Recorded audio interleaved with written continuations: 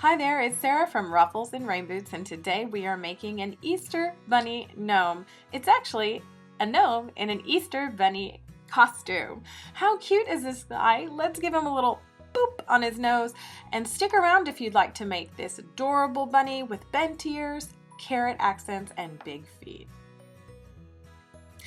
As always, please like this video so I know you're here crafting with me. We started out by creating a colored beard. We just used inexpensive white craft fur and 3 different colors of watercolor. We saturated it, let it dry, and then brushed it out with a comb.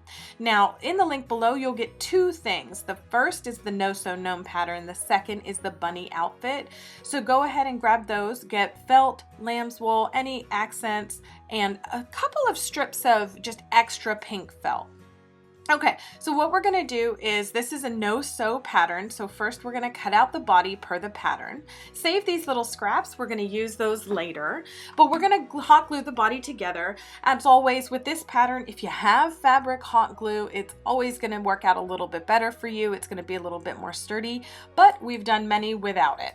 Okay, so this is what your body is going to look like, and what we're going to do is we're going to end up cutting out a little face for him. So when you fill with your poly beads, which is what I recommend, we are going to make sure we don't fill it too high because we're going to cut it out right here. So all we're doing is, and this is explained in the pattern in greater detail, we're just going to cut out a U shape, and then we're going to use this U shape to make the pattern for our face. And all we're going to do here is put it onto a colored piece of felt. We used a sort of a nude tan, beigeish color, and then we gave a little bit of a seam allowance by just making it a little whiter, and then we're going to tuck it in and glue it in place. Boom, you have a face. Now I chose that I didn't make any eyes. We are going to make some eyebrows, but before we get to that, we're going to stuff it full of polyfill. And again, if you have any small scraps of the lamb's wool fabric, go ahead and take one piece out for the tail. You're just going to create a circle, and then you're going to add a little tiny bit of stuffing or extra fabric in there, and then you're just going to glue it closed. Now you can use a running stitch if you'd like to do this, and you just make a running stitch all the way around, pull it tight, and then you can attach it. We used hot glue to attach it, but if you have little kids, I'd give that thing a sew as well. All right, so now we're going to use the pattern for the bunny gnome to make our legs. Now there are 3 pieces per leg. It's ridiculously easy to make them. So you can see here 2 match up, and then you have 1 piece there on the bottom for the foot.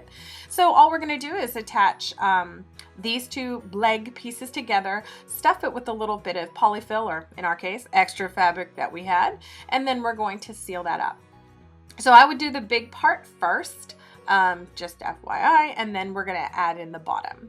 Okay, so once the bottom is on, we're going to cut out our little paw prints, little pink paw prints. So 1 bigger circle and a few smaller circles, 3 or 4, whatever you prefer, and you're just going to hot glue those on and repeat all of this with the other leg.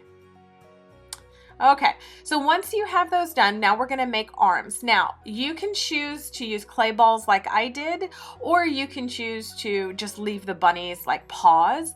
So all you're going to do is cut out per the pattern, fold it over in half. This lamb's wool is pretty thick, so you actually don't need to stuff it. You can, but I felt it wasn't necessary. And then you're just going to add in your legs and your arms with a little hot glue. That's it. This is a really easy pattern. This is why the no-sew pattern is so popular, because it is so easy, and they actually look adorable when they're all said and done. They're about between 9 and this one 12 inches tall. Okay, so now we're going to make the beard. If you don't know how to cut faux fur, I have a video here on the channel. You're going to cut only the backing. We cut it into a longer triangle. You can use a shorter beard. Again, this is your preference, but we hot glued that on, and then I'm going to show you how to make a mustache. So normally our mustaches are covered with a hat. Well, we don't have that luxury. So what we're going to do is we're going to split the fur, and then we're going to fold over that mustache so that we can glue that seam. And what you're going to turn it and place that seam, and then you're going to add your nose. Now noses can be polymer clay like we've used here, wooden beads, pom-poms, anything you'd like. So I did choose, because I have a billion clay gnome noses and hands, I did choose to add clay hands to my bunny, which now thinking about it, I probably could have just used the bunny paws and it would have been fine, but you do you, this is your project.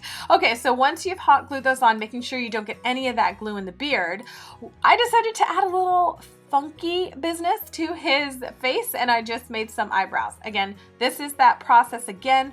We're going to cut the rectangle, we're going to fold the rectangle in on itself, and we're going to add glue along the seam and then place that onto the gnome. And that just makes it look like it's a seamless hair. We're not seeing the edge of our faux fur fabric, because sometimes you can see that really, really well, and we wanted to hide it. Okay, so next up we're going to make our head cap. So you can see we stuffed the top with a little bit of poly filling and we had some extra fabric, and then you're just going to make a circle. And again, this is all explained in the pattern, but you're going to make a circle and then just hot glue it on top of his little head. And here is the fun part. You have two choices. You can make them floppy ears, bendy ears, both, whatever you want to do.